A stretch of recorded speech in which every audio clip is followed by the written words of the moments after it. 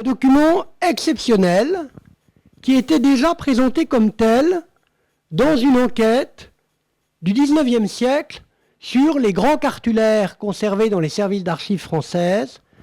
Un cartulaire, disait cette enquête de 1843, qui mérite par la singularité de sa forme d'attirer l'attention.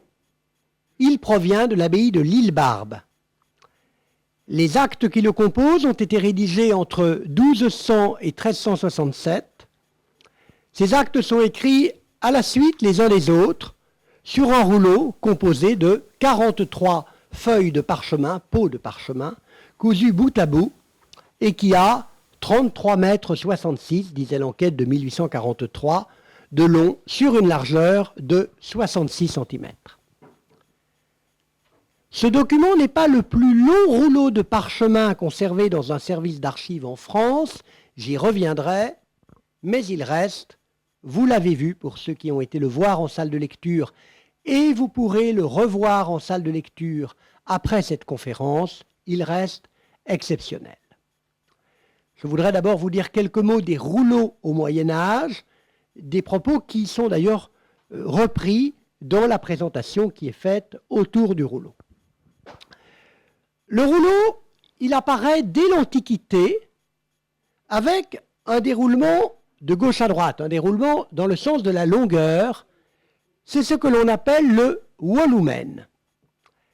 Il est lié à l'utilisation du papyrus, parce que le papyrus ne se prête pas très bien au pliage et ne permet pas d'écrire en recto verso. Les premiers livres, c'est ce que vous avez ici, se présentent donc sous la forme de rouleaux, composés de feuilles collées côte à côte et enroulées autour d'un bâton. Pour la lecture, les deux mains sont mobilisées. Il est donc difficile de prendre des notes. Au mieux, on va dicter à un scribe, mais tout ça correspond à la culture orale qui est celle de cette époque. Et de ces rouleaux, le plus connu, eh bien, ce sont ce qu'on appelle les manuscrits de la Mer Morte, dont le plus spectaculaire, qui reprend le livre d'Isaïe de l'Ancien Testament dans la Bible, est celui que l'on appelle le grand rouleau d'Isaïe, 17 feuillets en cuir, cela, de 7 mètres de long, bien plus petit que le rouleau que nous présentons aux archives départementales du Rhône. L'apparition du parchemin entre le IIe et le IVe siècle après Jésus-Christ va permettre d'adopter une autre forme pour les livres, qui est la forme que nous connaissons, ce que l'on appelle le codex, un livre formé de feuilles pliées en deux et assemblées en cahiers. Néanmoins, on va continuer d'utiliser des rouleaux, mais des rouleaux sur parchemin qui désormais, comme celui qui est présenté, se déroulent de haut en bas. Vous voyez donc la différence entre le volumen, de gauche à droite, et le rouleau, tel que nous l'avons. Alors, pourquoi est-ce qu'on utilise des rouleaux? Ce format, il est donc, je l'ai dit, constitué de membranes de parchemin qui sont cousues ensemble avec un fil plus ou moins épais ou avec une lanière. Le rouleau, il est écrit seulement d'un côté, côté chair, puisque le parchemin c'est de la peau, donc il y a un côté chair et un côté peau, et l'écriture est parallèle à l'enroulement.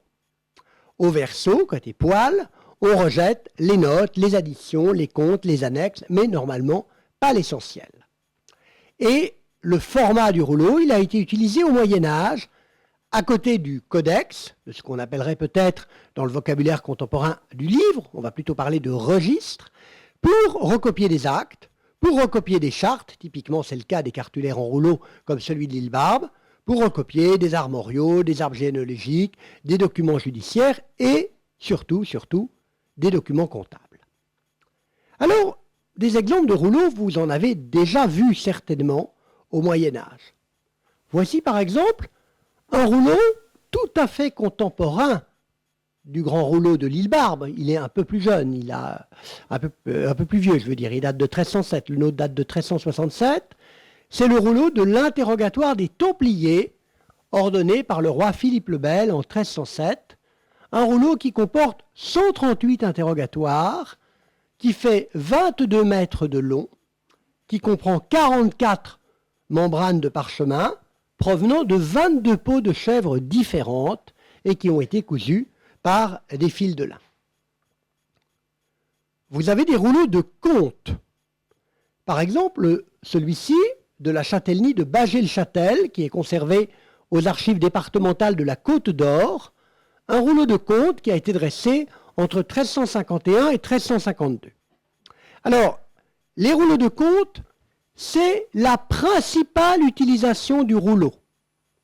Elle a été très largement faite dans la monarchie Plantagenet, en Angleterre, au XIIIe siècle, et du coup, les rouleaux de contes ont aussi été utilisés en Savoie, puisque la maison de Savoie, au XIIIe siècle, était extrêmement liée à la maison d'Angleterre.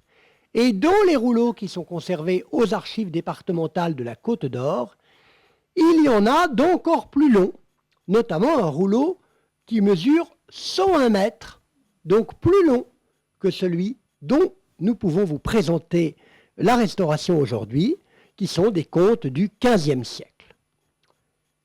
Les rouleaux de contes sont à l'origine d'une expression que vous connaissez bien, parce que quand on a utilisé tout l'argent que l'on avait, que tous les comptes ont été soldés, on est au bout du rouleau.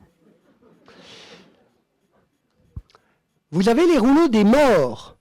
Les rouleaux des morts, ils étaient rédigés dans les monastères. On en trouve en Angleterre, on en trouve en France, en Italie, en Espagne. Et ils étaient portés d'église en église ou de monastère en monastère, selon des raisons qui restent encore difficiles à comprendre, pour indiquer les prières qui étaient portées notamment par les membres d'un prieuré à la mémoire de l'abbé décédé. Il y a une étude qui a été faite il y a déjà un certain nombre d'années qui arrive à un total de 471 rouleaux des morts identifiés, encore conservés dans les services d'archives en Europe. On en a depuis le 8e siècle, c'est-à-dire depuis les années 700 jusqu'en 1536.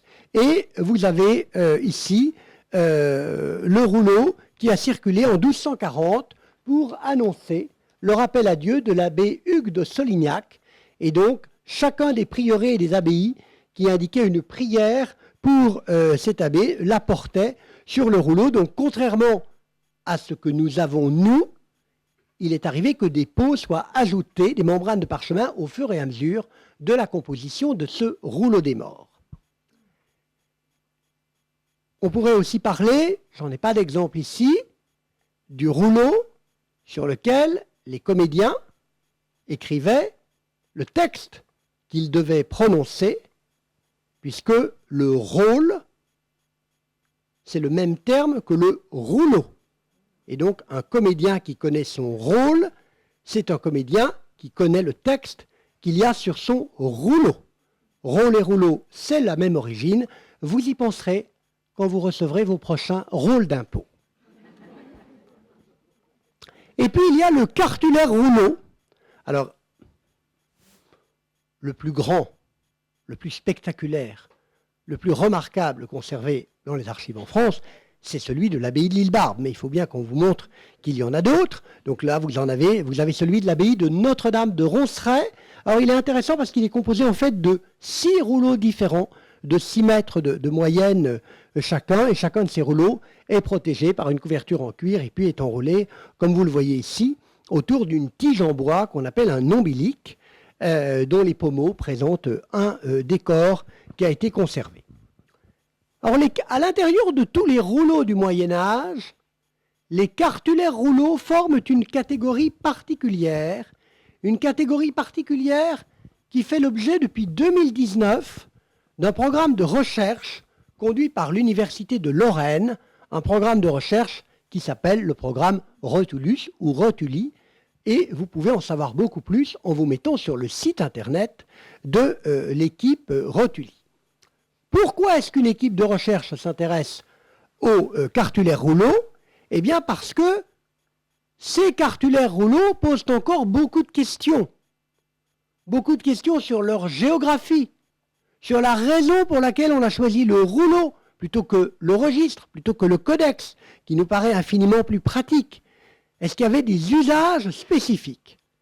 Alors, actuellement, le programme de recherche a dénombré en France 183 cartulaires rouleaux qui s'étalent du XIe au XIVe siècle, ce qui représente 15% des cartulaires conservés. Un cartulaire, c'est un recueil des droits, privilèges ou obligations d'une abbaye.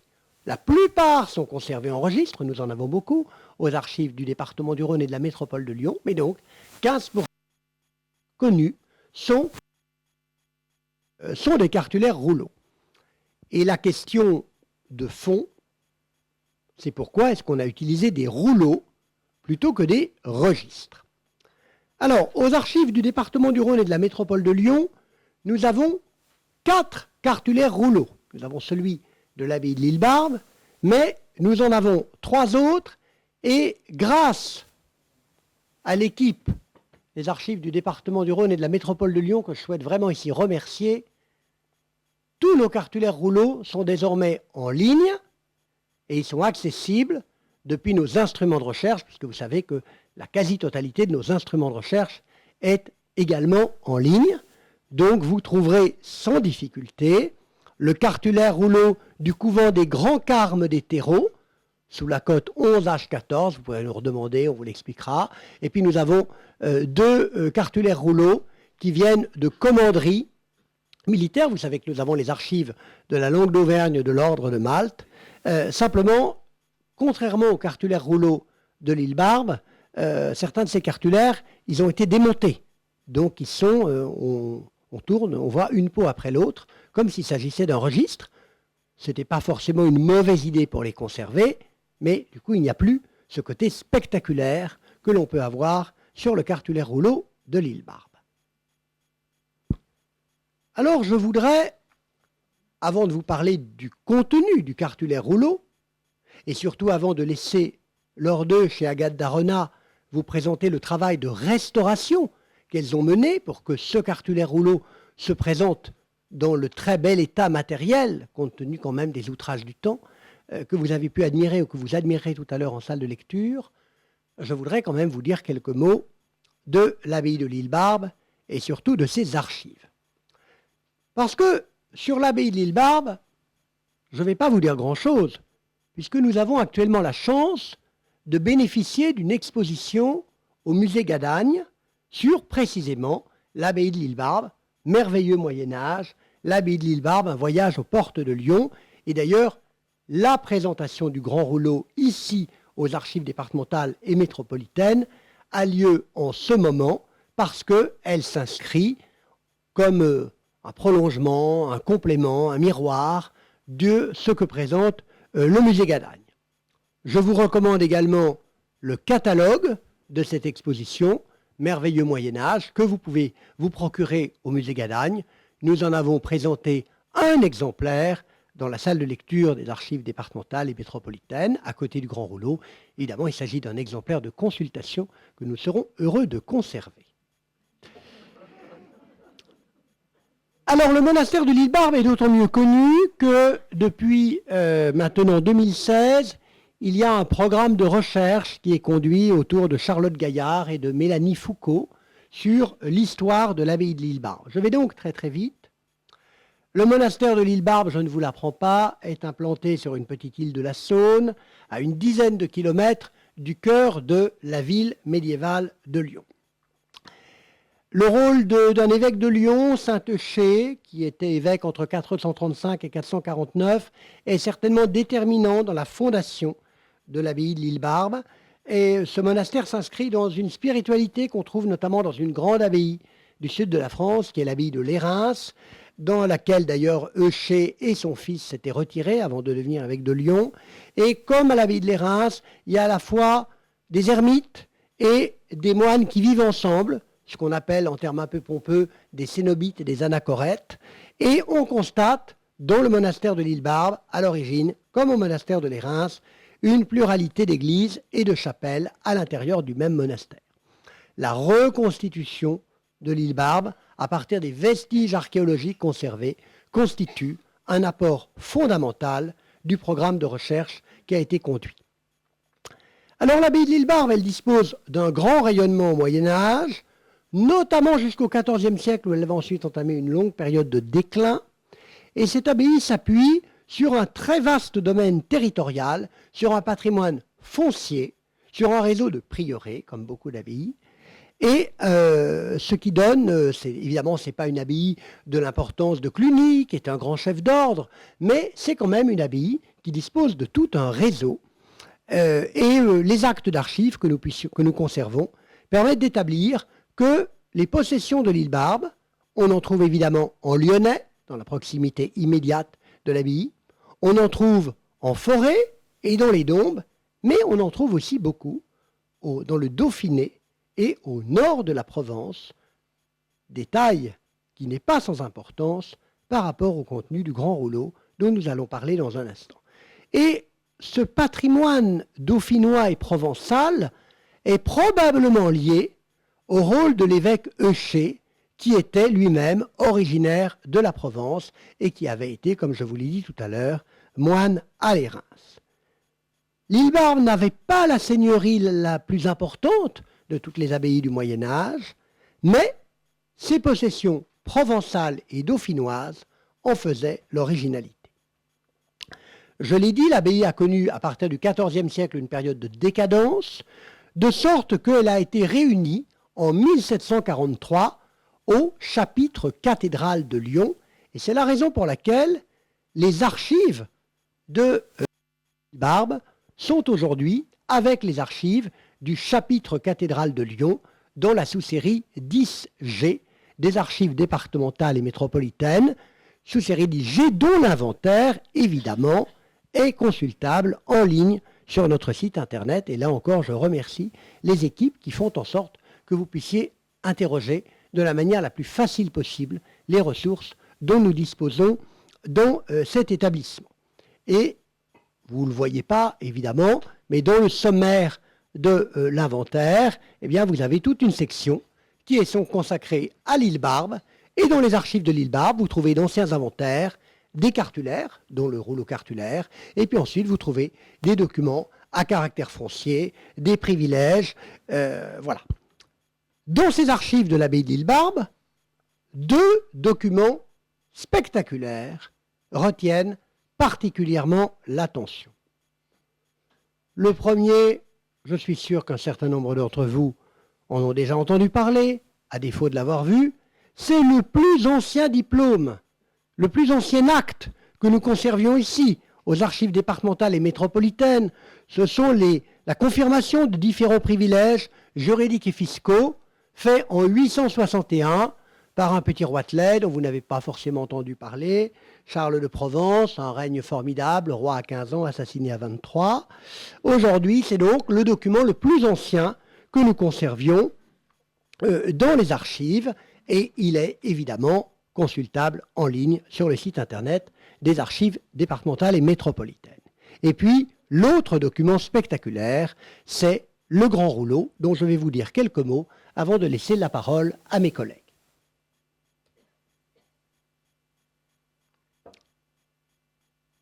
Le premier inventaire qui atteste la présence de ce grand rouleau dans les archives de l'île Barbe, c'est l'inventaire des archives de l'abbaye en 1612. Une grande pancarte, ce n'est pas la seule fois qu'on voit une confusion entre le mot charte et le mot chartre, une grande pancarte, voyez, qui contenant 43 pots de parchemin cousus ensemble et liés de 2 cordons blancs entrelacés d'un bout à l'autre avec la mention finale signée, on va y revenir, Hugues Peretti. Donc c'est d'abord l'aspect matériel qui retient l'attention de l'auteur de l'inventaire, bien plus que le contenu même du rouleau. Et c'est ce qui va se passer encore dans les années, dans les décennies qui suivront, au fil des différents inventaires que nous pouvons conserver au XVIIe et au XVIIIe siècle des archives de l'abbaye ou des archives du chapitre cathédral. Alors, le contenu même de ce rouleau, il a fait l'objet d'une édition en 1924 que l'on doit à un infatigable archiviste départemental du Rhône, à l'époque où les directeurs des archives départementales travaillaient, Georges Guigues, qui a été archiviste départemental de 1889 à 1926, qui a succédé à son père, Claude Guigues, et qui a publié de très nombreux documents. On peut dire que la quasi-totalité des documents antérieurs à 1250 bénéficient de grâce aux travaux, pour le fond du chapitre cathédrale, j'entends, grâce aux travaux de Georges Guigues.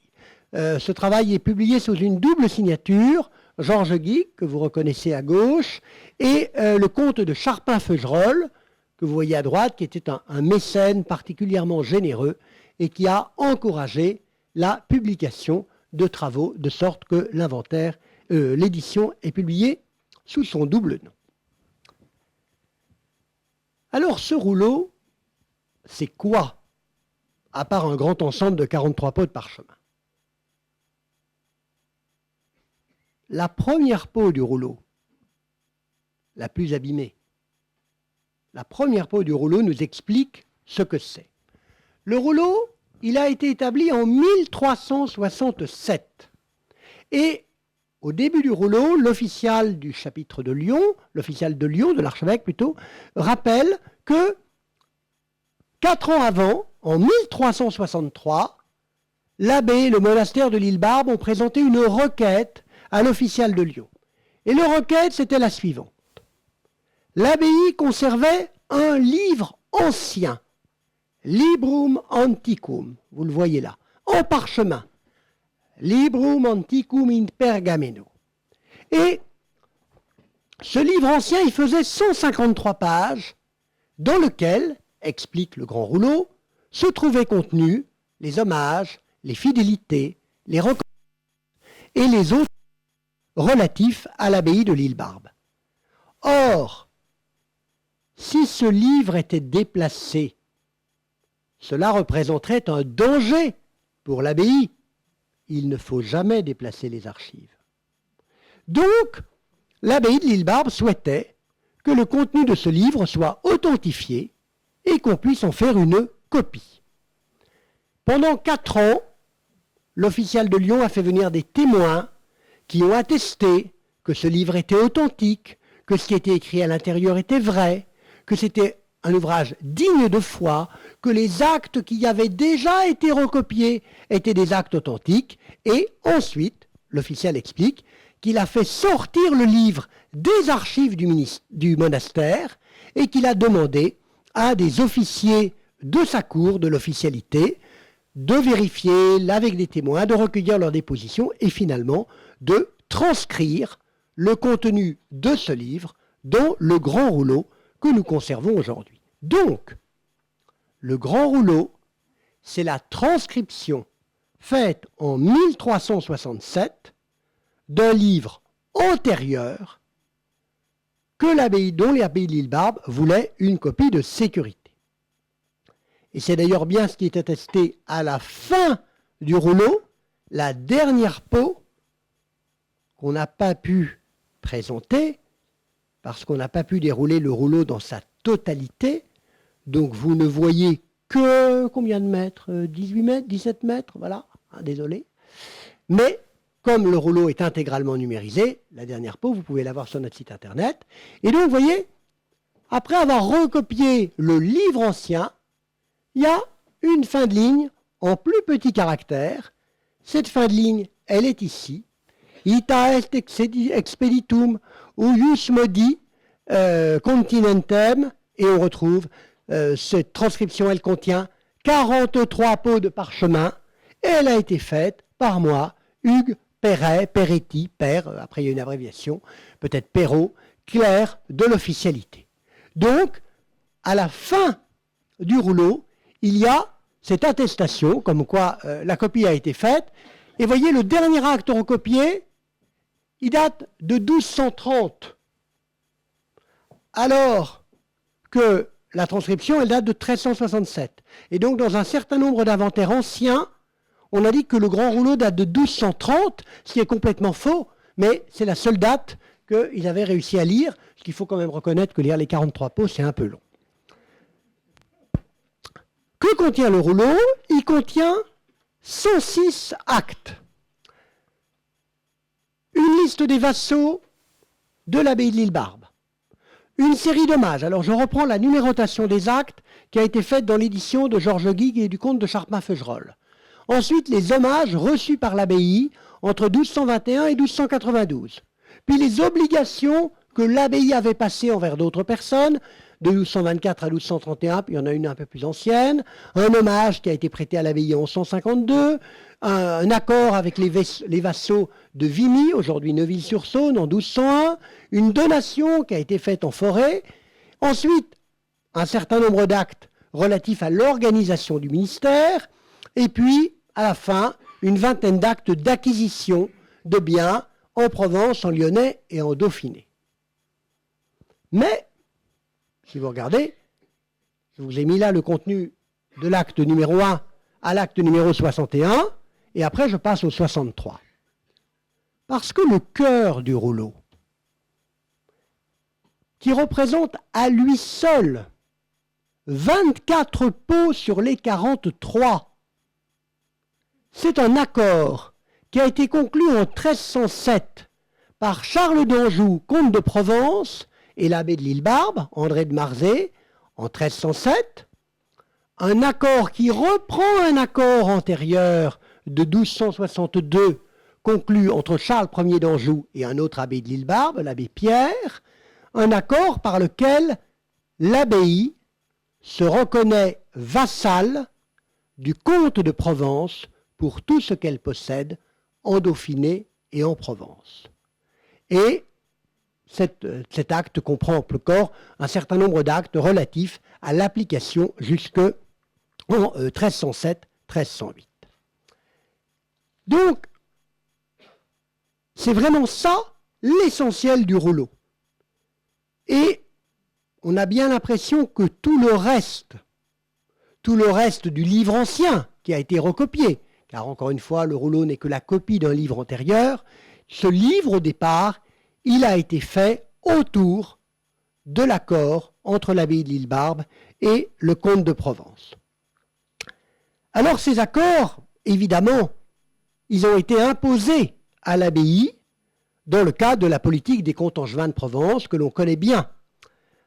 Le premier accord, celui de 1262, il a été passé avec Charles d'Anjou, Charles Ier d'Anjou. Charles Ier d'Anjou, c'est le frère de Saint-Louis. Il est devenu comte de Provence par son mariage en 1246. C'est le signe, le premier signe de la présence capétienne en Provence. Charles Ier d'Anjou, il va se heurter à un parti très hostile à la royauté française, à une époque où la Provence ne fait pas encore partie, comme Lyon d'ailleurs, du royaume de France, mais du Saint-Empire romain germanique. Et donc, Charles d'Anjou, il va se donner beaucoup de mal pour imposer son autorité. Et pour imposer son autorité, il va évidemment exiger, en 1262, que l'abbaye de l'Île-Barbe reconnaisse qu'elle est vassale du comte de Provence. De toute façon, l'abbaye de l'Île-Barbe, elle est trop loin de ses terres en Provence. Donc elle a bien besoin aussi du comte de Provence pour la protéger. Donc finalement, c'est un accord qui sert au comte de Provence, mais aussi à l'abbaye de l'Île-Barbe.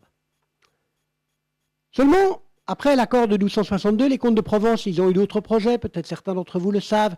Ils ont voulu devenir roi de Naples, roi de Sicile, ils sont partis dans des grandes expéditions italiennes. Et puis finalement, Charles II d'Anjou se rend compte qu'il faut à nouveau resserrer un petit peu les boulons en Provence, parce que son père avait établi son autorité, mais après les choses ont filé un peu. Donc Charles d'Anjou va demander à nouveau le rappel des liens de vassalité, et c'est certainement la raison pour laquelle l'accord final date de 1307 et rappelle l'accord de 1262. Pour l'Île-Barbe, ces deux accords de 1262 et 1307, ils sont également contemporains de l'influence capétienne à Lyon même. La ville, comme la Provence, est bien hors des limites du royaume, mais vous savez bien qu'en 1245, le pape Innocent IV a choisi de tenir un concile à Lyon. Et pourquoi est-ce que le pape Innocent IV a voulu tenir un concile à Lyon? Parce que comme il était en délicatesse avec l'empereur, il savait qu'en cas de difficulté, il pourrait s'appuyer sur le roi de France, qui était juste à côté et qui avait déjà une grande importance, ce que représente cet enluminure où l'on voit Saint-Louis s'agenouiller devant le pape Innocent IV. Et 10 ans plus tard, quand les bourgeois de Lyon vont se révolter contre les chanoines du chapitre cathédral, vont commencer à se révolter, puis ça va continuer après, vers qui vont-ils se tourner? Vers le roi de France.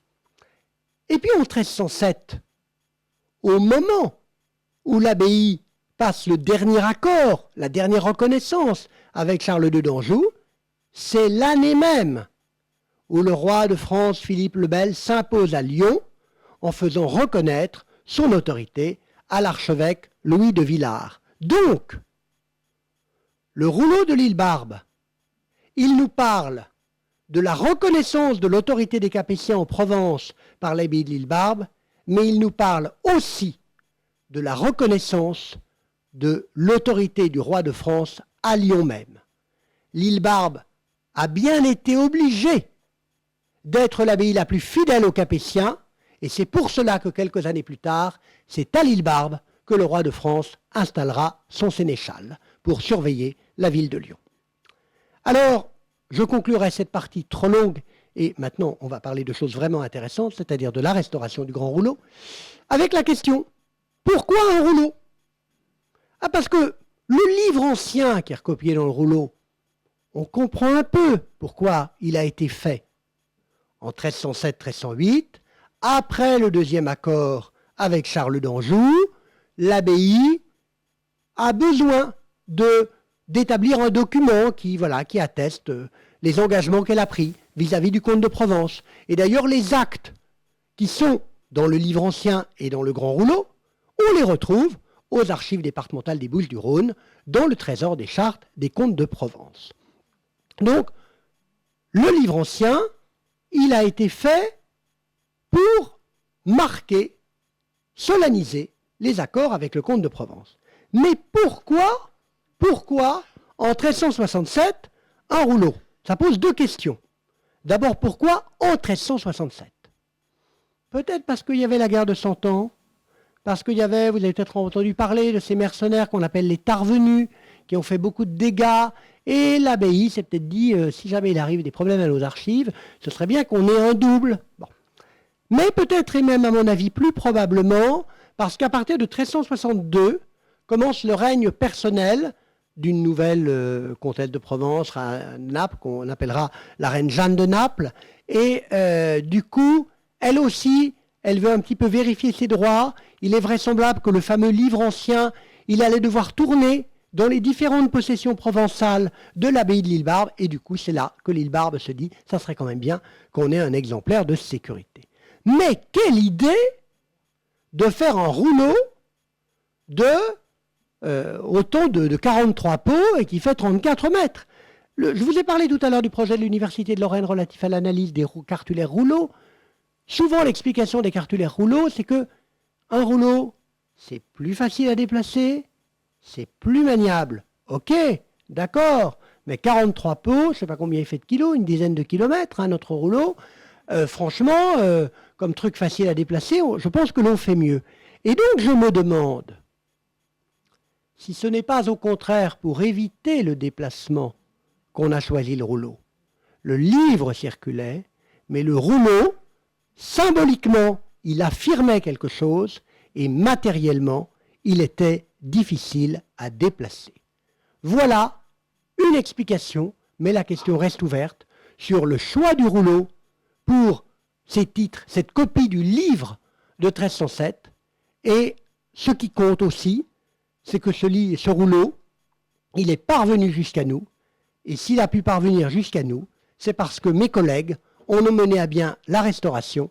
Et je leur laisse maintenant la parole. Je vous remercie.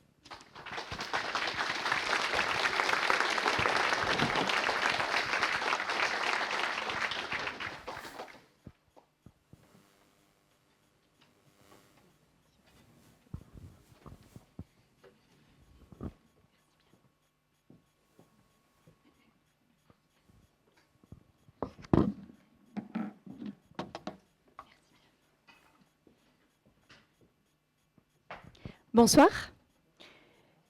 Donc ma collègue Agathe et moi, maintenant, nous allons vous présenter le travail que nous avons réalisé sur ce cartulaire à rouleau.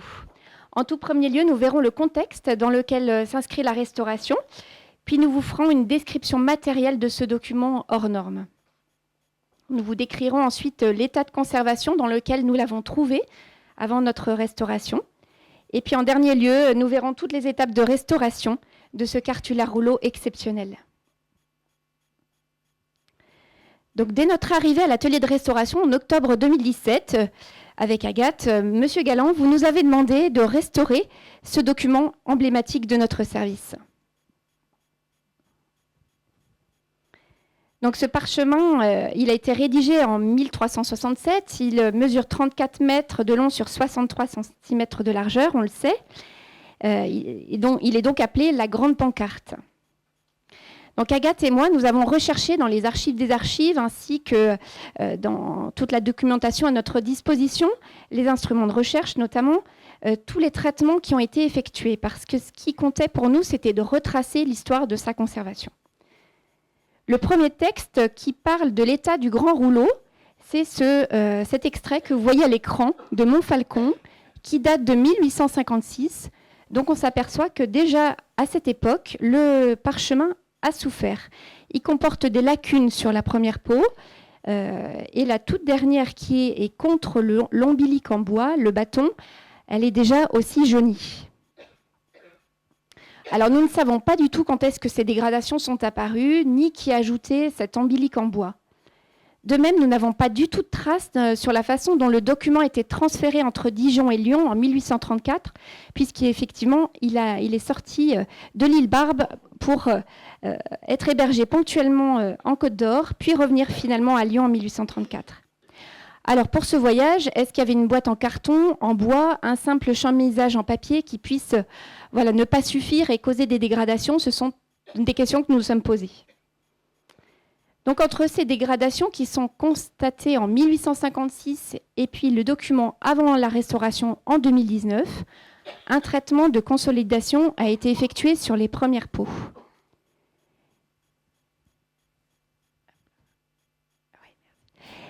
Donc vous voyez sur la photo qui est tout en bas à gauche, l'ombilic en bois, donc qui est effectivement la dernière peau que vous ne pouvez pas voir aujourd'hui, mais effectivement telle que nous l'avons trouvée avec Agathe en 2019. Donc il y a un espèce de seau qui est tout à la fin du document, et cet ombilic en bois qui a énormément jauni la dernière peau. Et la dernière peau était aussi cloutée contre ce bâton en bois.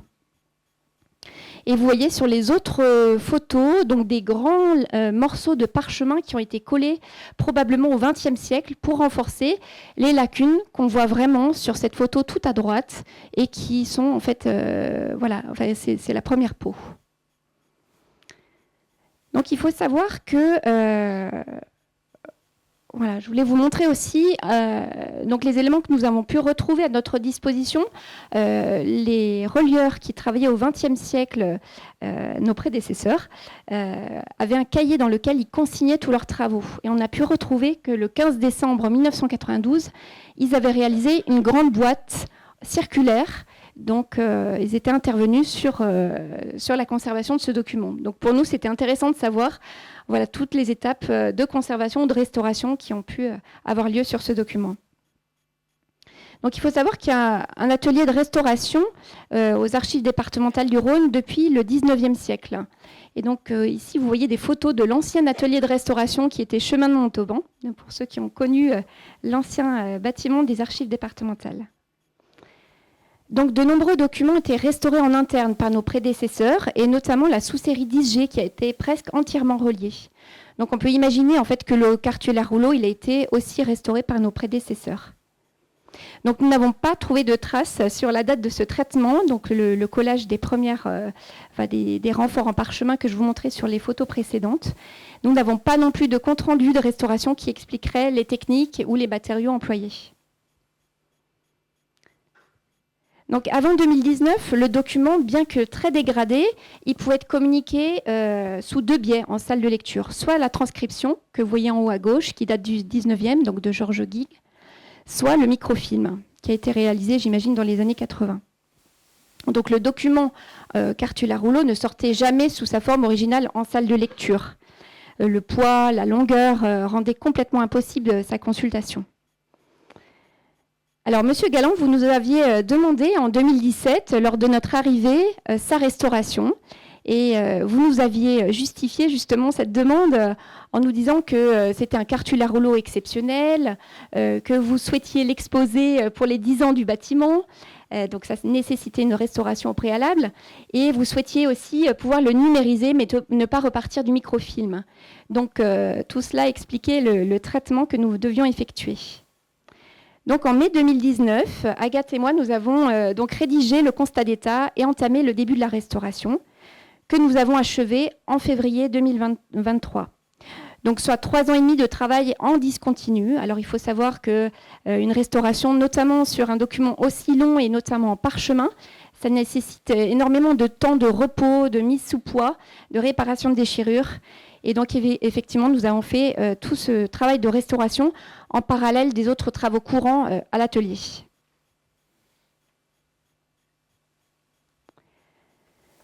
Donc je vous propose maintenant de décrire matériellement ce grand rouleau.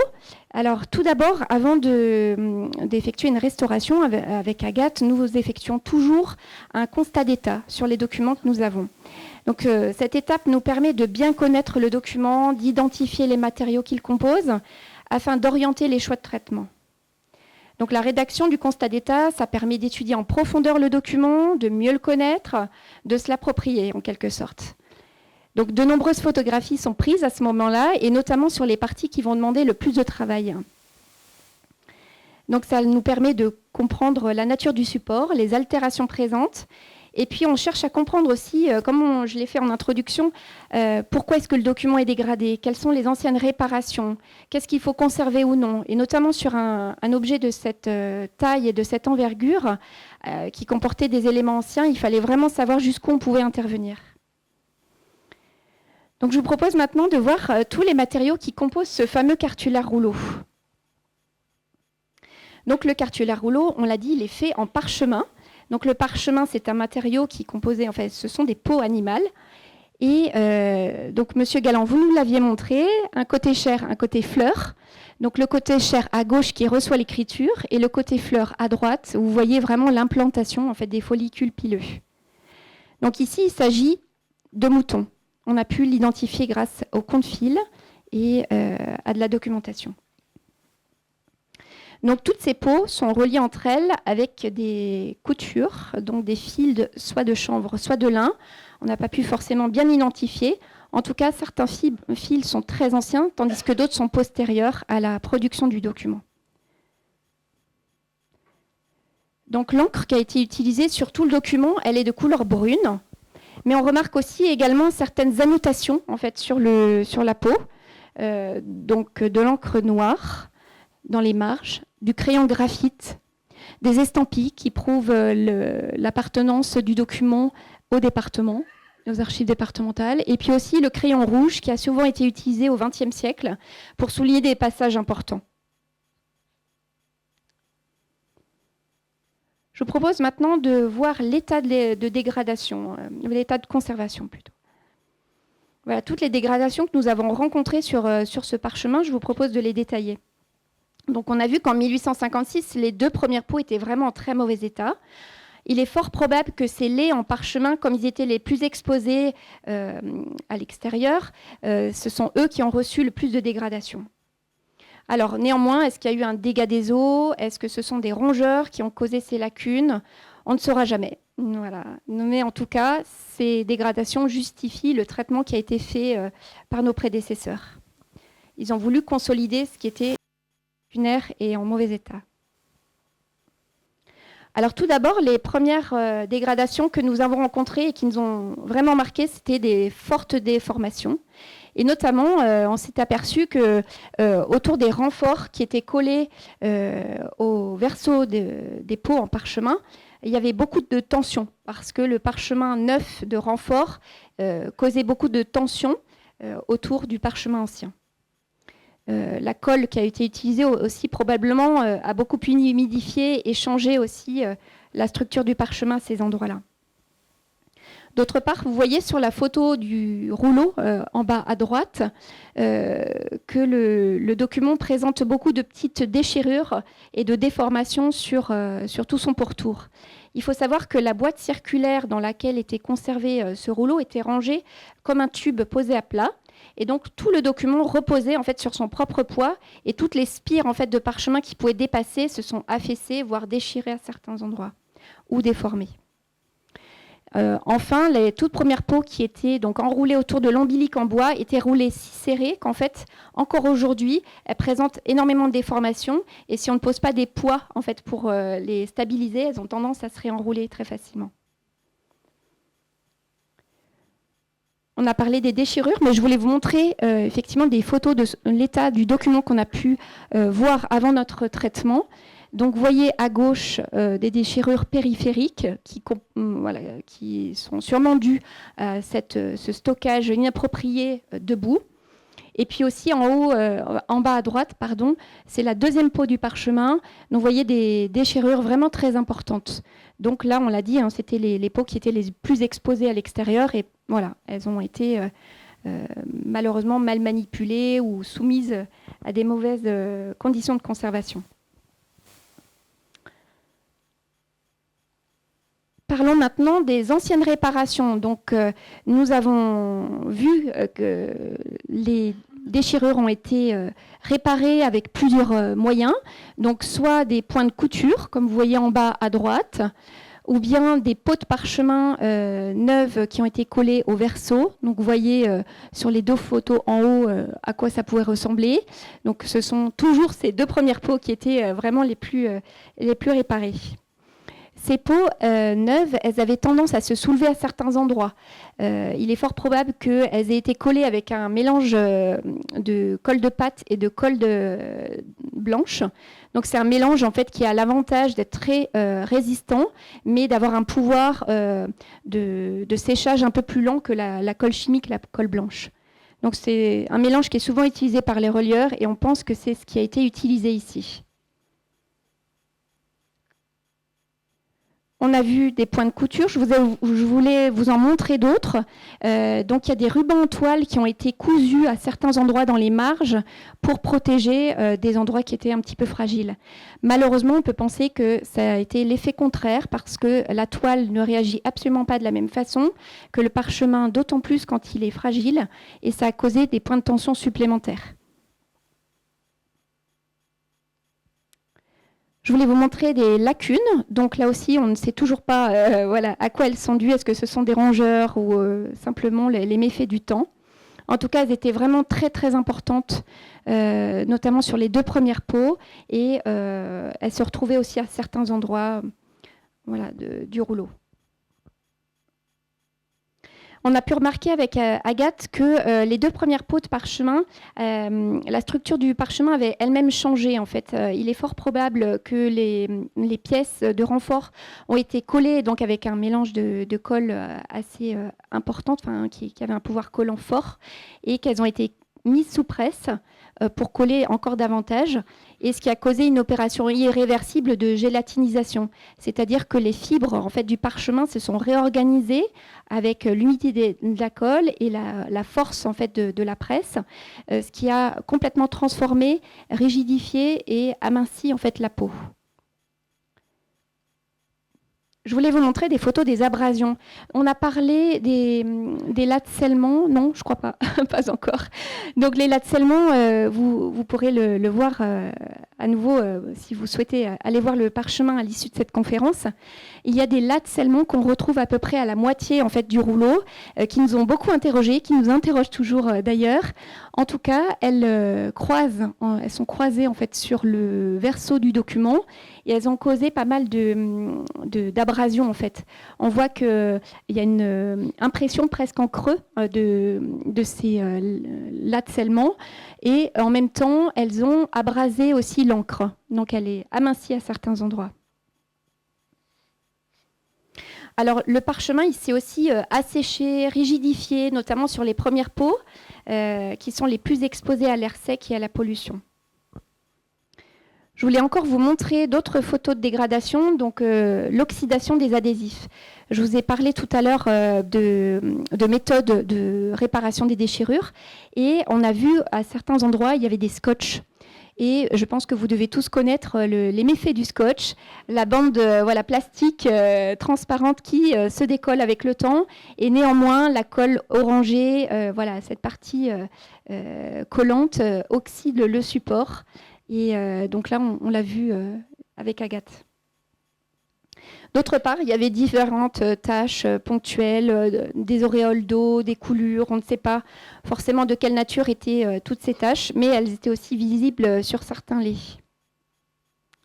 Enfin, à certains endroits, l'encre a été ponctuellement décolorée, pâlie. Voilà, je vous ai fait la liste de toutes les dégradations qu'on a rencontrées lors du constat d'état. Bonsoir. Alors, moi, je vais vous parler de la restauration, les différentes étapes de restauration. Donc, une fois que les matériaux et techniques graphiques sont bien identifiés, le traitement de restauration peut enfin débuter. Donc, on va parcourir ensemble ces différentes étapes de restauration. Alors, avant de retracer le traitement du grand rouleau, je voulais juste évoquer très rapidement les 3 grands principes sur lesquels repose la déontologie de la restauration du patrimoine. Donc ces 3 grands principes. On a le principe de stabilité. Les matériaux qui sont employés pour le traitement de restauration doivent présenter une très bonne stabilité physico-chimique à long terme pour ne pas altérer l'objet original en vieillissant. Le deuxième principe, c'est le principe de réversibilité. Ça veut dire que toute intervention de restauration doit être aussi réversible que possible. Une restauration doit pouvoir être retirée sans altérer l'objet original. Et le troisième principe, c'est le principe de lisibilité. Un traitement de restauration doit toujours être décelable, que ce soit à l'œil nu, ou par des procédés d'imagerie, ou par des photographies, de la documentation, etc. Et dans le cas des documents d'archives, on peut également rappeler l'importance du respect de l'information. L'information contenue dans le document restauré. Si une partie du texte est manquante, on ne la recréera pas, on ne recréera jamais ce qui a disparu. Alors, comme l'a déjà évoqué Laure avant moi, avant d'entamer la restauration à proprement parler, il y a tout un travail préalable pour approfondir la connaissance du document et de ses matériaux. Donc, toute une phase de documentation, les photographies, la rédaction d'un constat d'état et un relevé des altérations présentes. Et on a également toute une phase de test. Alors là, en l'occurrence, on a particulièrement testé les encres. Donc toutes les encres qui étaient présentes sur le document, que ce soit les encres anciennes ou les encres plus récentes, par exemple les encres d'estampillage. Et ça nous permet d'orienter nos choix de traitement de restauration. Donc on a testé les encres avec des solvants susceptibles d'être employés pendant le traitement. Donc là, ici, c'était l'eau et l'éthanol. Et on a fait donc pour les tests de solubilité des encres. Et on a fait un deuxième type de test pour essayer de détecter éventuellement de la présence de fer dans les encres anciennes. Puisque si les encres anciennes contiennent du fer, elles sont susceptibles de se corroder, de se dégrader en présence d'humidité. Et dans ce cas-là, on ne peut pas utiliser des traitements humides. Donc dans notre série de tests, on a eu un seul test qui était positif, c'est le test à l'éthanol sur les encres d'estampillage. Donc on sait que dans les zones où on constate des estampilles, on n'utilisera pas de traitement qui requiert l'usage d'éthanol. Ensuite, le traitement peut débuter. Donc la première étape dans tous les traitements de restauration, c'est le dépoussiérage. Le but, c'est d'éliminer la poussière présente en surface du document pour éviter qu'elle ne s'incruste davantage pendant le traitement. Alors l'intégralité du rouleau recto-verso a fait l'objet d'un dépoussiérage au moyen de ce qu'on appelle les gommes éponges. Donc ce sont les petites éponges qu'on voit à gauche et sur les deux autres photos à droite. Ce sont des éponges en latex vulcanisé et en fait leur avantage c'est qu'elles captent la poussière mais elles ne la relâchent pas. Et on utilise également des brosses. Donc soit des brosses en crin de cheval, soit des brosses en poil de chèvre qui sont très douces et très souples. Et très localement, on peut également employer la gomme en bâton, la gomme qu'on connaît pour gommer du crayon graphite. On l'a utilisée ici pour les zones où la poussière était très incrustée, notamment les plis ou les bordures. Les 2 premières peaux du rouleau ont dû être désolidarisées du reste du rouleau pour pouvoir être traitées de manière plus approfondie parce qu'elles étaient extrêmement endommagées. Le fil de couture, donc là j'ai mis des flèches au niveau des coutures. Le fil de couture a tout simplement été coupé avec des ciseaux. Il faut savoir qu'il ne s'agissait pas du fil d'origine. Il s'agissait d'un fil bien plus récent que la production du rouleau. Et ça, on le sait parce qu'il était bien plus clair, bien plus propre que les autres fils plus anciens. Et également parce que la couture passait par-dessus les réparations en parchemin, qui étaient bien plus récentes.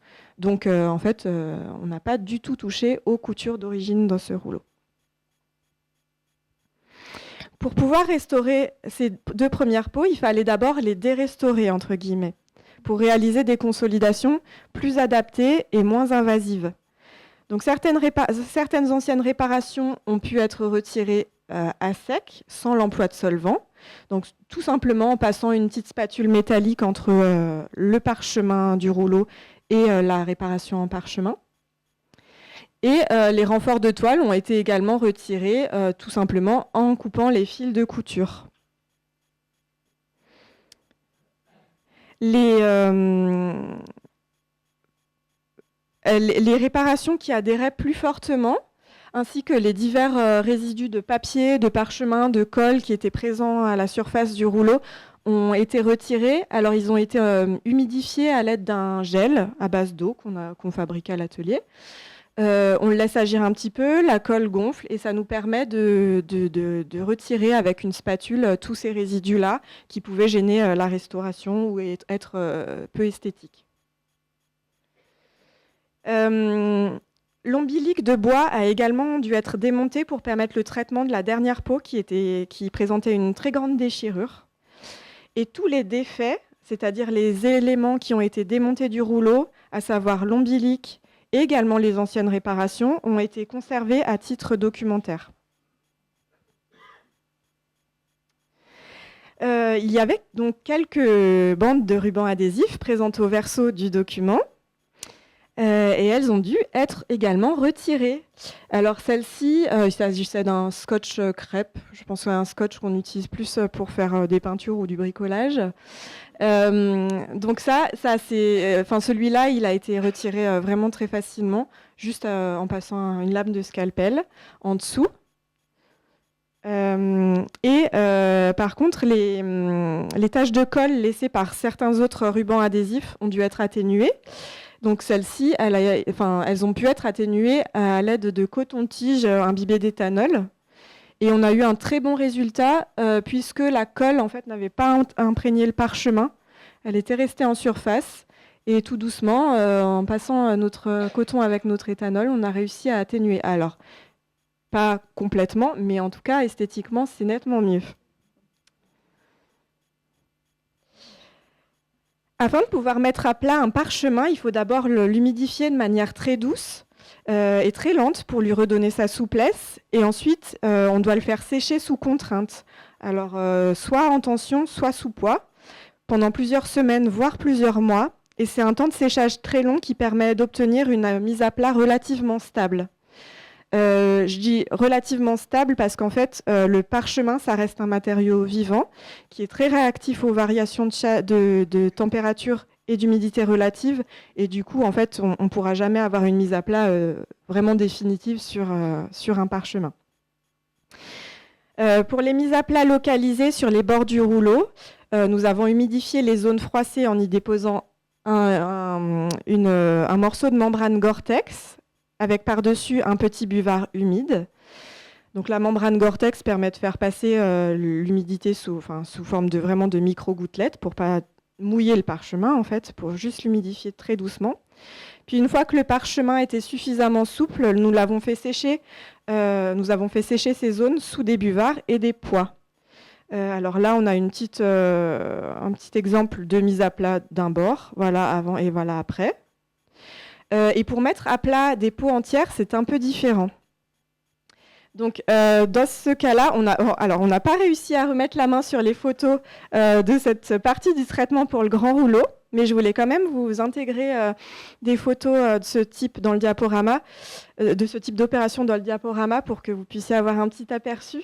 Donc, les parchemins qu'on va voir, ce n'est pas le grand rouleau, mais voilà, c'est les opérations qu'on a effectuées.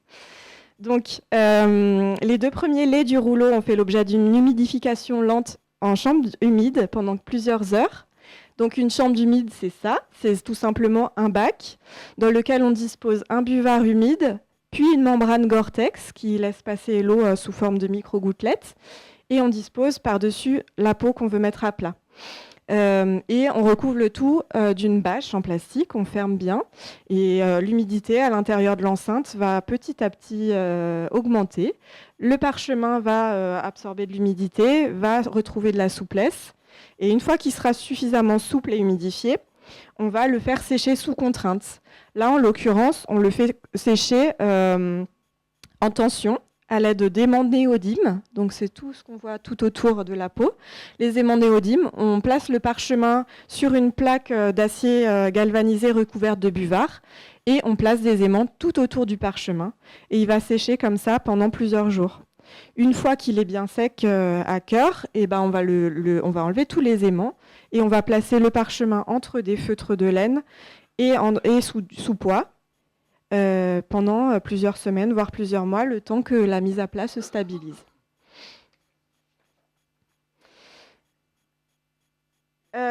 Pour refermer et consolider les zones déchirées, nous utilisons du papier japonais. C'est un type de papier qui présente l'avantage d'être très résistant même à un faible grammage, et il est très flexible et il est très stable dans le temps. Donc, du papier japonais a été teinté à la peinture acrylique de manière à se rapprocher de la teinte générale du verso du rouleau. De fines bandelettes de ce papier ont ensuite été découpées puis collées sur le verso des pots le long des déchirures à l'aide de colle gélatine. On peut prendre l'exemple de la première peau qui avait été démontée du rouleau précédemment. Donc sur la première photo, on voit la première peau libérée de ses anciennes réparations et mise à plat. Et sur la seconde photo, on le voit pendant l'opération de réparation des déchirures. Donc là, on voit clairement en fait les zones, les bandelettes plus claires en fait que le verso du document. Ce sont les zones où on a fait des réparations de déchirures. Ensuite, on est passé au comblement des lacunes. Donc on a teinté du papier japonais plus épais que pour les déchirures. On l'a teinté à la peinture acrylique. Et ce papier nous a servi à combler les lacunes. Alors, comment on comble une lacune ? Je vous ai fait une petite vidéo pour vous montrer un petit peu comment ça marche. Alors, tout d'abord, on prend l'empreinte de la lacune. Donc, on pose un film polyester sur la lacune et on fait un relevé de l'empreinte, donc un petit millimètre à l'extérieur de l'empreinte avec un feutre permanent. Voilà, donc on essaye de suivre au mieux les contours de la lacune. Ensuite, on va reporter cette silhouette sur le papier japonais qu'on va utiliser pour le comblage, avec une pointe métallique. Donc on fait un petit sillon comme ça tout autour, sans trop appuyer, parce que le but c'est pas de découper tout de suite la pièce de comblement. Voilà, donc là on voit le sillon. Et on va passer un petit peu d'eau dans le sillon à l'aide d'un pinceau à eau pour humidifier les fibres de papier. Et Ce passage à l'eau, ça permet d'obtenir, en fait, quand on découpe le papier à la main, comme ça, d'obtenir un bord un peu fibreux et pas net. Et c'est ce qu'on recherche, en fait, pour avoir des comblements qui se fondent au mieux sur le document. Voilà, donc on a notre pièce de comblement. Ensuite, on place un petit morceau d'un tissé polyester sous le document pour pas que la réparation colle au buvard qui est en dessous. On applique de la colle, en l'occurrence ici de la colle gélatine. Et on va coller et bien appliquer notre pièce de comblement. Voilà. Hop. On la place assez précisément. On appuie là. Là, en l'occurrence, c'est avec une petite spatule en téflon.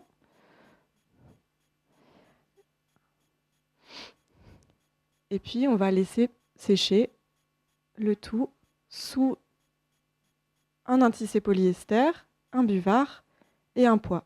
Et on laisse comme ça suffisamment longtemps, donc plusieurs heures. Voilà. Alors ici, les lacunes ont été comblées en 2 temps. Un premier comblement a été fait avec le papier le plus fin au verso dépôt. Et un second comblement a été effectué par le recto. Voilà. Et afin de se fondre au mieux et de ne pas trop attirer le regard, les réparations de déchirures ainsi que les comblements de lacunes ont été retouchés au crayon de couleur. Donc là, on retrouve la lacune qu'on a vue précédemment avant retouche. Et la voici après retouche au crayon de couleur. Donc ça disparaît pas complètement, mais ça attire nettement moins le regard. Voilà. Et voilà plusieurs exemples d'avant-après retouche. Sur une peau entière, donc toujours cette première peau qui était très endommagée avant retouche, après retouche. Et le recto de la première peau, alors pour le coup c'est avant restauration complète et après restauration complète. Voilà. Les 2 premières peaux ainsi restaurées ont pu être rattachées au reste du rouleau. Un fil de lin a été teinté à la peinture acrylique pour se rapprocher de la teinte du fil ancien. Et puis les 2 premières peaux ont été recousues au reste du rouleau en réutilisant les trous d'origine. On n'en a pas du tout recréé, on n'a pas endommagé la peau, et en imitant les points de couture employés pour l'assemblage des autres peaux entre elles.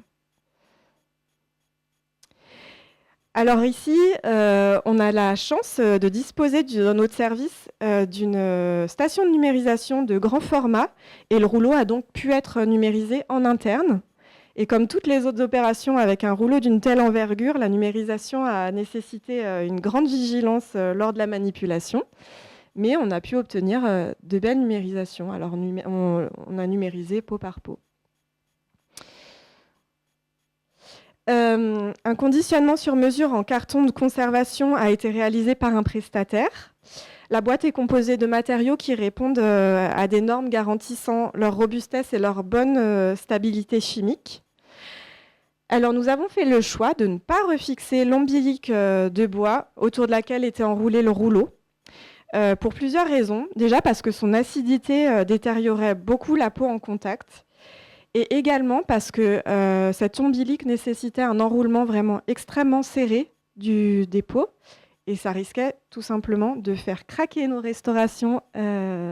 Voilà, c'était trop contraignant pour le rouleau, et on a décidé de faire une âme plus large, une âme en carton de conservation plus large, et de pouvoir d'enrouler le rouleau autour de ceci. Alors l'ombilique a été conservé, il est conservé dans la même boîte que le rouleau.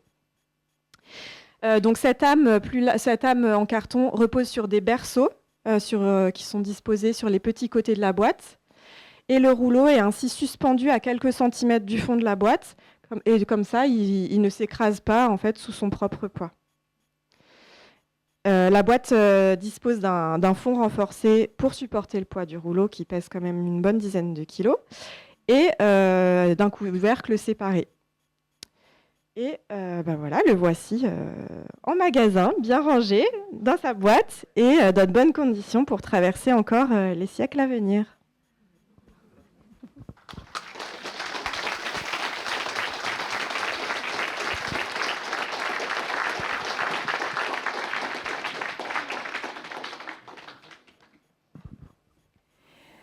Donc en conclusion, je vois que vous avez applaudi avant même la fin, donc merci beaucoup pour votre attention.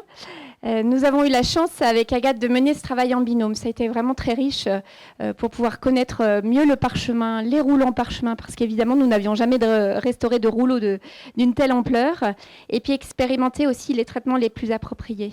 Ça nous a permis vraiment de nous interroger sur un document qui est exceptionnel, et voilà, on a eu la chance de pouvoir le mener, et voilà, merci de nous avoir soutenus dans tout ce travail. Restaurer un rouleau de parchemin de cette envergure, c'est vraiment une expérience professionnelle marquante. Donc on a eu la chance aussi de pouvoir mener ce travail en parallèle avec... On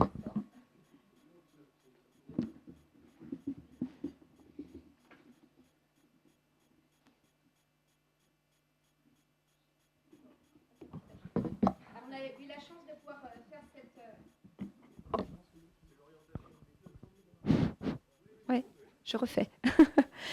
Donc on a eu la chance de pouvoir mener ce travail avec l'étude historique aussi du document, puisque comme vous le disiez, Monsieur Galland, l'Université de Lorraine, à travers son projet de recherche RO-Toulouse, étudie en parallèle le document. Donc c'était vraiment une grande chance d'avoir les conclusions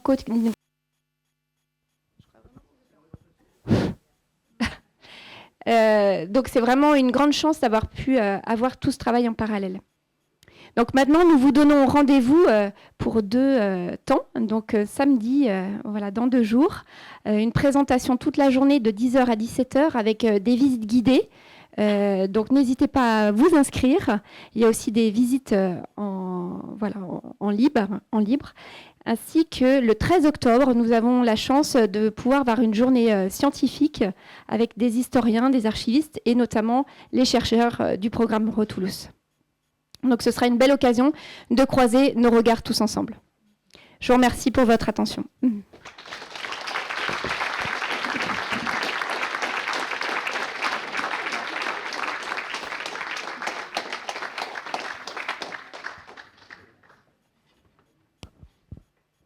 Donc d'abord, vous me permettrez à la fois comme auditeur et comme directeur des archives de remercier vraiment beaucoup Laure et Agathe, à la fois pour la très grande qualité de la présentation qu'elles viennent de nous faire, et bien sûr, vous en avez été conscient, pour la très grande qualité de la restauration qu'elles ont menée et qu'elles mènent de la même manière sur l'ensemble des documents qui leur sont confiés.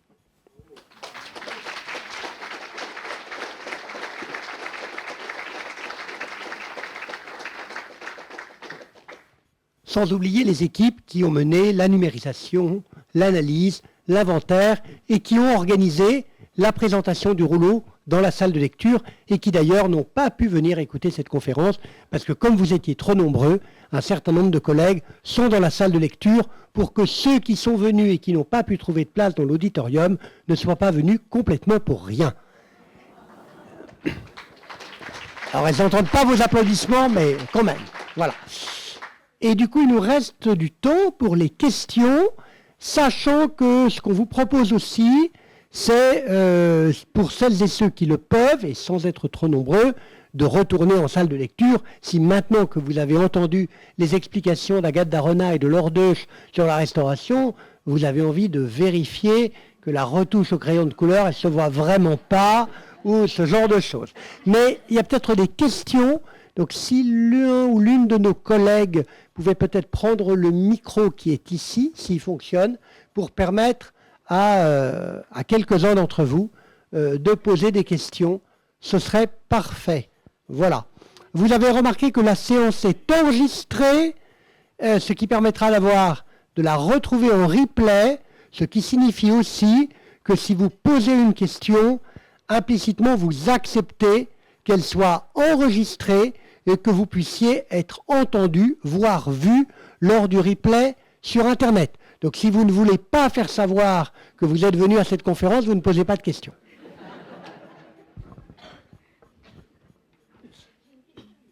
Alors, une question là. Oui. Et après, monsieur. Je voudrais savoir, la restauration telle qu'elle a été faite là, telle que vous nous l'avez présentée, selon vous, elle peut tenir combien d'années ? je fais une première réponse et Agathe, tu prendras aussi le micro. C'est toujours difficile, en fait, plus on manipule et plus on consulte le document, et plus on peut l'abîmer. Mais donc nous, on fait en sorte justement d'apporter toutes les garanties en fait de conservation. Vous l'avez vu à travers la boîte, à travers les conditions de température et d'humidité dans les magasins. Et puis dans le magasin, je me souviens même qu'on avait imprimé un petit papier en disant boîte à manipuler à 2, document à dérouler à 2. Il a été numérisé. Voilà, en gros, c'est vraiment pour favoriser aussi ça. Voilà, exactement. Je ne sais pas si tu veux compléter. C'est vraiment difficile. On fait tout en sorte pour que justement les restaurations durent le plus longtemps possible. Notamment, quand on utilise les matériaux, on fait en sorte que ce soit des matériaux qui vieillissent très bien. Voilà. Après, c'est très dépendant de le soin qui est apporté pendant les manipulations, pendant les expositions, etc. Mais c'est difficile à évaluer, mais en tout cas, on fait en sorte qu'il n'ait pas à être restauré trop souvent. Monsieur avait une question, puis madame. Par rapport à la nomenclature, vous avez parlé de la grande pancarte. Quelle est la raison de cette nomenclature grande pancarte? C'est parce que c'est une grande charte, considérée comme totale, très large, panne en grec. Donc c'est un terme qui a été utilisé longtemps. Et vous voyez bien qu'en plus, il y a cette incertitude entre charte et charte qu'on trouve très longtemps. Voilà. Donc elle est restée sous ce nom-là, mais ça n'a aucun rapport avec une pancarte au sens d'une grande affiche telle qu'on l'utiliserait aujourd'hui. Est-ce que vous pouvez nous donner des précisions sur la formation des restauratrices? Alors, Agathe et moi, nous avons fait l'école de Condé, qui est à Lyon. C'est une école d'art qui a une spécialisation aussi en restauration de documents graphiques. Donc, moi, je l'ai faite bien avant Agathe. Et toi, Agathe, tu avais complété aussi ta formation Moi, j'ai complété ma formation à l'Université des Arts à Londres dans un master spécialisé en conservation-restauration du patrimoine. Mais sinon, en France, il y a l'Institut national du patrimoine et il y a également Paris 1 Sorbonne qui a une formation en conservation-restauration.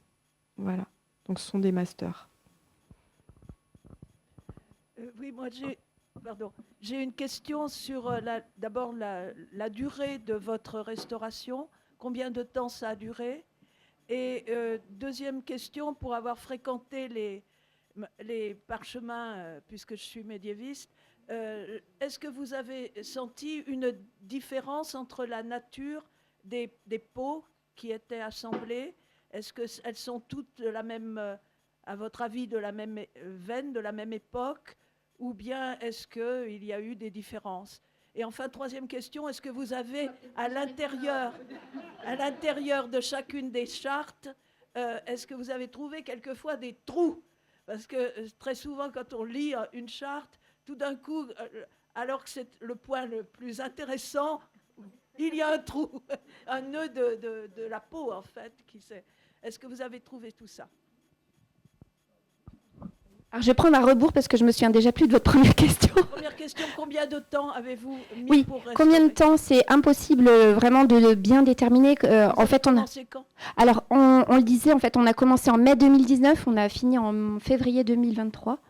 Voilà, avec, comme je le disais, des temps en discontinu parce que, comme expliquait Agathe, on a des temps en fait de mise sous poids pour stabiliser en fait les humidifications, la mise à plat. Et donc c'est vraiment plusieurs mois en fait. C'est extrêmement long parce qu'en fait, si on veut être trop rapide en se disant comme ça on va terminer plus vite et passer à la peau suivante, eh bien on s'aperçoit que les restaurations elles ne tiennent pas en fait, ça craque, les déformations reviennent.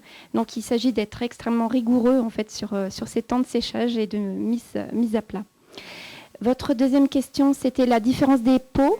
Je ne sais pas ce que tu en penses, Agathe, mais moi j'ai l'impression qu'il y a vraiment une uniformité, une qualité en fait des pots sur tout le long. Par contre, il est vrai, pour redire encore ce qu'on a dit pendant notre présentation, les deux premières sont vraiment particulièrement abîmées, elles sont très très différentes, elles craquent beaucoup plus. On sent que la peau est exactement asséchée, a été vraiment soumise aux conditions de pollution pendant très longtemps. Elles n'ont pas été protégées, elles ont eu des coulures d'eau, donc on sent que le parchemin il est extrêmement réactif. Donc ça nous a demandé beaucoup de temps, en fait, autant en mise à plat qu'en réparation des déchirures, comblage. Et votre troisième question, c'était sur les déformations des peaux. Donc oui, donc on n'a pas vu de trous. Je n'ai pas de souvenir. Donc c'était des peaux déjà de très bonne qualité Oui. qui étaient choisies. Oui, en fait, c'est vrai quand on étudie les peaux en parchemin, parfois on peut en avoir certaines des très fines, d'autres des vraiment beaucoup plus rigides. Là, il y a une homogénéité, mais vous pourrez le voir par vous-même en salle de lecture. Merci beaucoup. Et pendant que Agnès Dozolt passe le micro à la personne suivante, il est logique que toutes les peaux soient à peu près analogues, puisqu'en fait, on se rend compte en lisant le rouleau que la durée d'exécution du rouleau a été relativement brève. Elle s'est écoulée sur l'année 1367 en quelques mois. Alors, la question que je souhaiterais poser, c'est que moi, que j'entends peau, j'entends matière putrescible. Comment elles ont été conservées depuis l'origine ?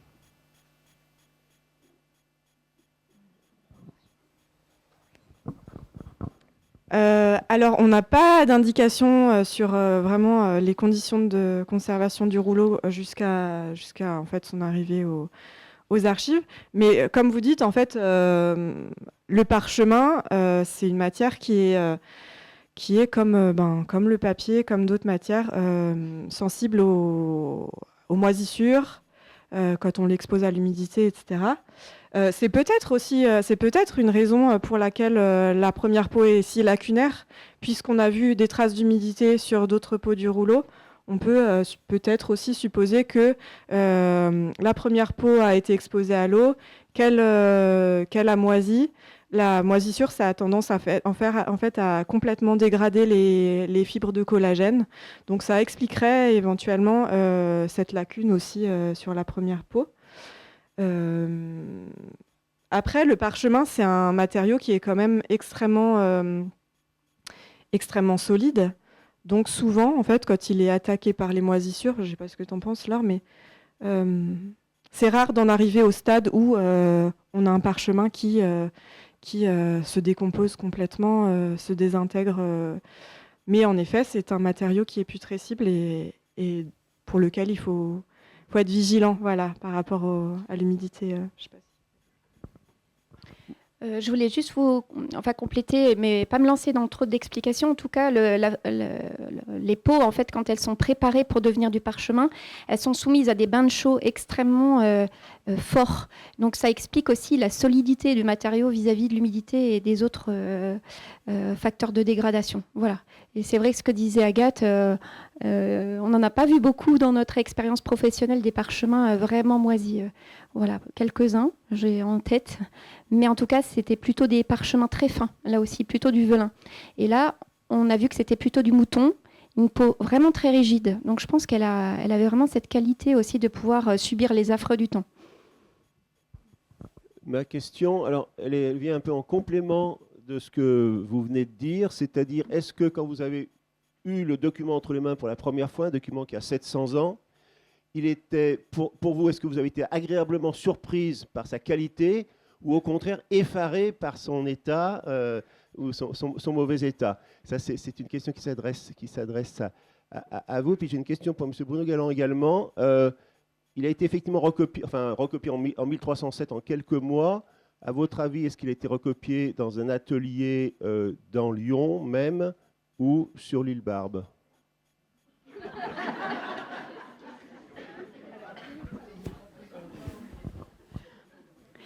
En fait, moi, j'aurais tendance à dire, mais tu diras ton sentiment, Agathe, quand on étudie un document, pendant le constat d'état, on a un regard assez scientifique. On ne se laisse pas trop déborder par l'émotion. Oui, on constate des choses, mais comme vous l'avez vu à travers la conférence, en fait, on a besoin d'être très... on étudie énormément tout ce qui constitue les dégradations. Quel a été mon premier regard sur le document en 2019 ? J'avoue que je ne me souviens pas. En tout cas, probablement surprise par le poids, par la taille, peut-être un peu aussi comment on va s'organiser à l'atelier. On a déroulé en fait le parchemin petit à petit, un peu comme une Torah. Voilà. Donc, je pense qu'on a eu plus des interrogations relatives à la façon dont on allait vraiment le restaurer et les dégradations qu'on rencontrait plutôt qu'un trop plein d'émotions. Pour ce qui est de l'état, quand il nous est arrivé, en fait, c'est quand même un document qui a pas loin de 700 ans. Et vraiment, enfin, en dehors des premières peaux qui étaient vraiment dégradées, les 41 autres peaux étaient, vraiment, hormis les petites déchirures sur les bords, etc. Non, c'est un document qui était quand même en très bon état pour son âge. Donc non, plutôt un document en bon état. Oui, il a été extrêmement bien préservé. Vous me permettrez d'ajouter que compte tenu de l'état dégradé de documents souvent récents d'ailleurs, qui arrivent entre les mains des restauratrices, et de la qualité des restaurations qu'elles savent faire à partir de cela, je pense qu'il n'y a plus grand-chose qui les effraie. Sur le lieu de rédaction, il est clair que la transcription a été faite par des notaires de l'officialité de Lyon. C'est en tout cas ce qui figure dans le rouleau. Mais est-ce que ces notaires se sont rendus à l'île Barbe pour effectuer la copie, ou est-ce qu'ils étaient dans les locaux de l'archevêché de Lyon? Il m'est impossible de vous répondre, on n'en sait rien. Le rouleau part à un moment à Dijon, il reste plusieurs siècles, revient sur Lyon. Quel était le contexte de ce transfert à Dijon? Est-ce que les ducs de Bourgogne avaient peut-être envie de le récupérer? Non. Je ne l'ai pas dit parce que je voulais garder du temps pour effectivement l'intervention de Laure II chez Agathe d'Arona. Le rouleau part à Dijon de mémoire en 1751 parce qu'il y a un procès relatif au droit du chapitre de Lyon hérité de l'île Barbe dans la commune de Rieux, notre Rieux-la-Pape, et qu'il n'y a pas de Parlement à Lyon, comme vous le savez, donc l'affaire est ressortie du ressort du Parlement de Dijon. Donc aucun rapport, puisque c'est en 1751, donc voilà, c'est vraiment une affaire purement civile, de sorte qu'à la Révolution française, quand les archives du chapitre cathédral de Lyon, et donc celles de l'île Barbe, sont séquestrées, confisquées et transférées dans le cadre des lois révolutionnaires sur les biens ecclésiastiques, le rouleau de l'île Barbe n'est pas à Lyon, mais il part du coup au district de Dijon, puisque l'ordre, c'est que toutes les archives anciennes doivent être transférées au chef-lieu de district. Après, il y a une petite incertitude. En 1836, ce rouleau n'est plus, en 1826, ce rouleau n'est plus dans les archives publiques de Dijon, il est entre les mains d'un collectionneur qui lui-même est un ancien bénédictin, mais on sait ça par des récits contemporains, mais on n'a pas les détails, un certain Baudot, qui le remet à Jacques de Saint-Vincent, qui est à ce moment-là l'archiviste départemental du Rhône, et c'est à ce moment-là que le document rejoint les fonds des archives du département du Rhône. Donc il a été absent de Lyon seulement 70 ans, et dans le cadre d'une procédure au civil, qui n'a donc pas de rapport avec la période des ducs de Bourgogne.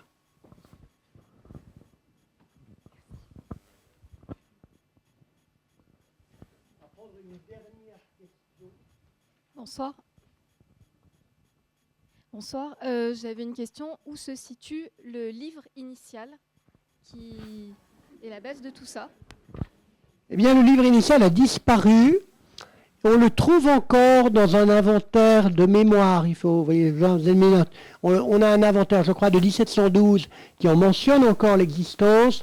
Mais lorsque Pierre-Camille Lemoine fait le grand inventaire des archives du chapitre cathédral qu'on a longtemps utilisé avant les inventaires ultérieurs, c'est-à-dire en 1746-1750, dans son inventaire, il mentionne le grand rouleau, il ne mentionne plus le livre. Donc le livre a disparu avant la Révolution française. Donc ce n'est pas une destruction révolutionnaire. C'est ce qui me conduit à penser que c'est le livre qui circulait et pas le rouleau, mais ce n'est pas certain. On pourrait aussi, compte tenu de ce que vous avez entendu de mes collègues restauratrices, considérer que si les 2 premières peaux sont très abîmées, c'est parce que c'était le rouleau qui circulait et pas le livre, et que c'est dans le cadre des circulations du rouleau que les premières peaux ont été abîmées. Vous voyez, il y a beaucoup de choses que l'on ne sait pas. En tout cas, le livre, il ne figurait plus dans l'inventaire établi au milieu du XVIIIe siècle par le moine, et il a disparu, je ne sais comment et je ne sais pourquoi, mais on ne sait plus où il est. Voilà.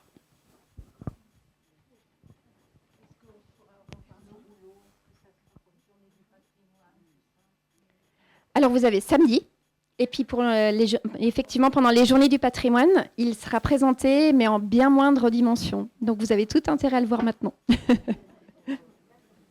pour conclure, à l'occasion des journées du patrimoine et dans les semaines qui suivront, nous ne présenterons pas comme nous le faisons d'habitude une grande exposition, comme celle qui est actuellement présentée sur le droit de vote des femmes, mais nous présenterons un certain nombre de documents restaurés grâce aux restauratrices des archives du département du Rhône et de la métropole de Lyon. Donc je vous invite à venir pour les journées du patrimoine ou pour les semaines qui suivront, et vous aurez ainsi l'occasion d'apprécier sur d'autres documents la qualité de leurs travaux. Je vous remercie.